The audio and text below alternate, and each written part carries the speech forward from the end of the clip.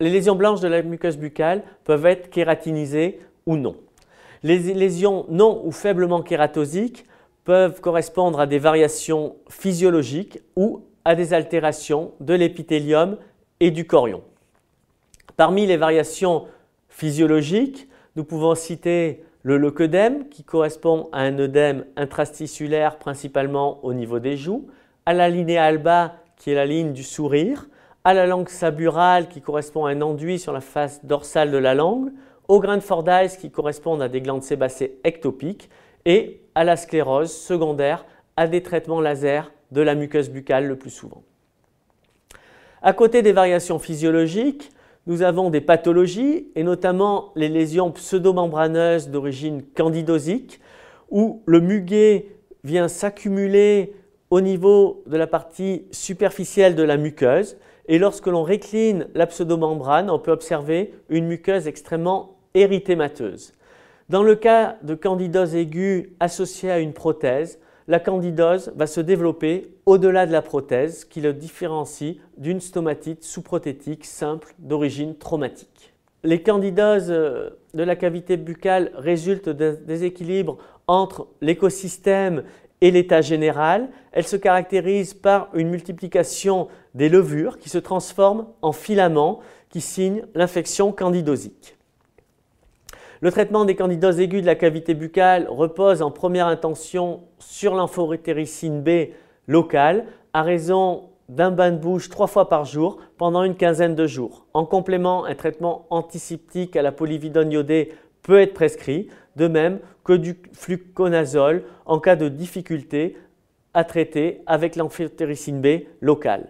Dans tous les cas, un nettoyage de la muqueuse à l'aide de compresses est préconisé, de même qu'un nettoyage des prothèses et notamment de l'intradoprothétique. Autre lésion pseudomembraneuse de la muqueuse buccale, les brûlures.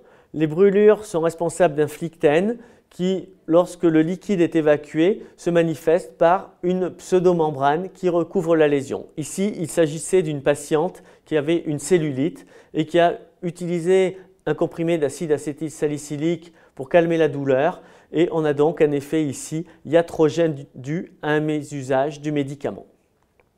La gingivite érythématopultacée localisée peut être due à un excès d'esquamation cellulaire, ici dans le cadre d'une maladie du greffon contre l'hôte. Il faudra poser le diagnostic différentiel avec une candidose aiguë. La gingivite érythématopultacée diffuse s'observe principalement dans l'érythème polymorphe et le syndrome de Stevens-Johnson. Dans l'érythème polymorphe, on aura une cocarde cutanée qui permettra de poser le diagnostic. Le morcicatio-buccarum est responsable d'une coloration blanche de la muqueuse due à de nombreux squames ou une dilacération des tissus et notamment de l'épithélium associé à un érythème. L'interrogatoire permet d'objectiver la morsure. En général, les lésions sont bilatérales. Le pemphigus, il s'agit d'une maladie auto-immune caractérisée par la production d'anticorps qui vont agir contre les protéines de liaison des cellules épithéliales entre elles. On a une bulle intraépithéliale qui se manifeste par une érosion. La muqueuse à distance est légèrement décollée, ce qui lui donne une coloration blanchâtre.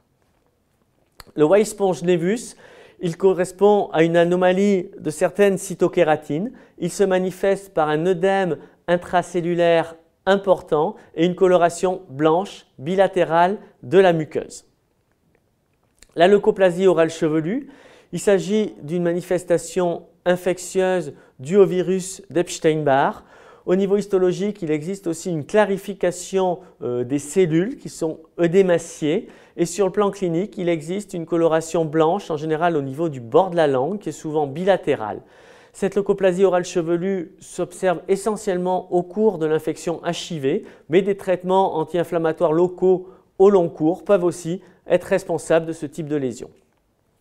L'élastose actinique, la production d'élastose due à l'excès d'exposition solaire peut se manifester par une coloration blanche de la muqueuse dans le cas d'une chélite actinique.